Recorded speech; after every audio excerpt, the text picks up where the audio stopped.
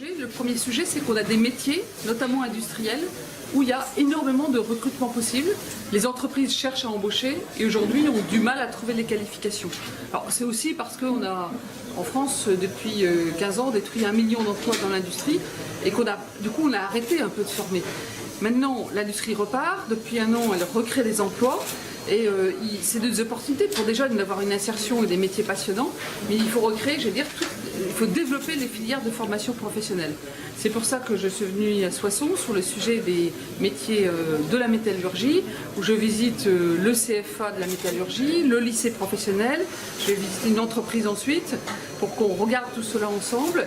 Et dans le cadre de la loi pour la liberté de choisir son avenir professionnel, qui a été promulguée, votée cet été et promulguée il y a 10 jours par le président de la République, on a prévu un développement très important de l'apprentissage pour que aujourd'hui plus de jeunes aient cette chance de découvrir des métiers souvent qu'ils ne connaissent pas. Parce que tout le monde ne sait pas qu'un chaudronnier il peut forger les ailes d'un Airbus ou d'une voiture. Donc faire découvrir les métiers, mais aussi avoir des diplômes du CAP, au bac pro, au BTS, à l'ingénieur, et avoir des vies professionnelles passionnantes. Et évidemment, ça suppose de changer un peu nos mentalités. En France, on croit que la tête et la main, ça ne va pas ensemble. Et bien, si on réfléchit 2 minutes, bien sûr que ça va ensemble et on peut être à la fois intellectuel et manuel. C'est la relation justement entre réfléchir et agir. C'est faire pour apprendre qui est la marque de l'apprentissage qui, à mon avis, une voie appelée à beaucoup d'avenir. Alors, ce n'est pas uniquement un sujet d'image parce qu'il y avait jusqu'à la loi beaucoup de freins administratifs, réglementaires, financiers qu'on lève. Il y a des sujets d'orientation. Donc, dans la loi, on a prévu que tous les élèves de classe de 4e à la première, chaque année pour avoir 52 heures de découverte des métiers. À partir de quand, madame ? Alors là, on commence dès la rentrée pour les secondes. Et puis, voilà, ça va s'étendre l'année prochaine. Et donc, ça veut dire que les régions, avec les collèges et les lycées, et les professions vont faire découvrir les métiers. Parce que là, ici, j'ai discuté avec des jeunes. Bon, il y en a qui ont la chance d'avoir quelqu'un dans leur famille qui connaît quelqu'un qui connaît ces métiers. Et beaucoup n'ont jamais entendu parler de la métallurgie, de la soudure, de la chaudronnerie. Il faut qu'on leur fasse découvrir ces métiers, comme pour d'autres métiers d'ailleurs. Et donc ça, c'est un point important de la loi.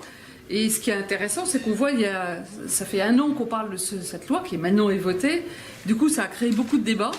Et je vois que un certain nombre de jeunes et de familles commencent à réaliser que c'est des métiers de passion, d'excellence, on peut réussir.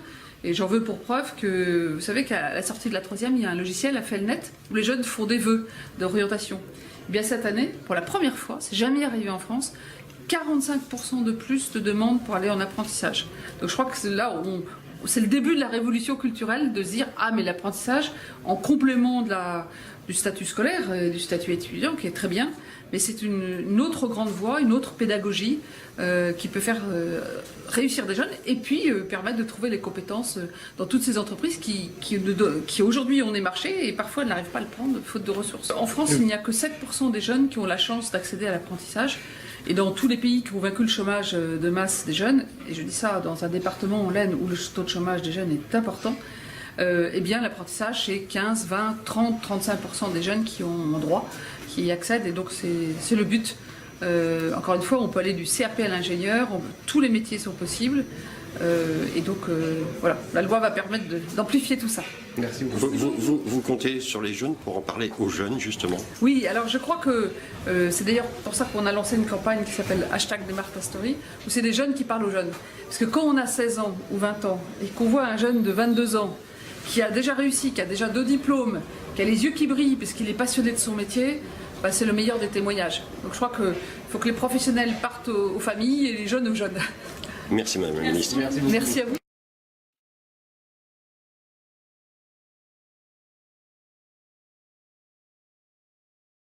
Nous, la France Insoumise, donc 3 groupes, Lens, Soissons et Château-Thierry. Il y avait également donc le personnel du lycée Léonard de Vinci, des personnels de la Chambre d'agriculture et de la CGT, l'UL locale de Soissons. Vous avez été reçu par un représentant du ministère. Quel a été l'objet des discussions ? Nous avons été reçus par le directeur de cabinet de Madame la ministre du Travail. Nous l'avons interrogé donc sur le pacte responsabilité, sur ce qu'on appelle le CICE et le parcours emploi compétences qui remplace les contrats aidés. Donc nous avons demandé à ce qu'elle se justifie sur les dépenses de 100 milliards d'euros sur 5 ans. Alors justement, dans votre communiqué, vous dénoncez les 100 milliards en disant qu'ils pouvaient servir à autre chose. Voilà. On lui a dit directement, pour un message adressé à Madame la Ministre, qu'il n'y avait pas de rationalité, qu'il y avait des effets d'annonce, beaucoup d'annonces en un an, et malheureusement sur des dossiers très mal gérés. Quelle a été la réponse? Je fais remonter à Madame la Ministre. On lui a remis en main propre 21 CV de demandeurs d'emploi de l'Aisne, de l'ensemble du département, de plusieurs bassins d'emploi, pour dénoncer le mépris de ce gouvernement envers les demandeurs d'emploi. Pour vous, ça a été une première bataille de gagner d'être reçu par le ministère du Travail? Oui, je pense que on a eu quelqu'un à l'écoute, mais bien sûr, France Insoumise s'interroge sur l'aboutissement de cette rencontre. C'est-à-dire, est-ce qu'il y aura des conséquences derrière ou pas? Nous, on veut que les 21 demandeurs d'emploi reçoivent au moins une lettre. Alors comment vous allez suivre justement ce dossier? Monsieur le secrétaire général de la sous-préfecture, que je connais, donc on se rapprochera de lui dans un délai de à peu près un mois pour essayer de savoir justement quelle a été la suite de notre rencontre. Il m'a demandé une copie de la lettre ouverte qu'on a lue à monsieur le directeur de cabinet de la ministre. Alors vous avez parlé d'emploi, vous avez parlé d'emploi, la ministre se déplace à ce façon pour de l'apprentissage. On a trouvé ça un peu choquant parce que lorsqu'on parle de bientôt 700 centres de formation qui sont menacés avec 150 personnels administratifs et de formateurs qui vont être licenciements effectifs au 20 décembre de cette année, on parle d'incohérence. Et donc, on parlait, nous, de notre département, un département oublié et un département sinistré.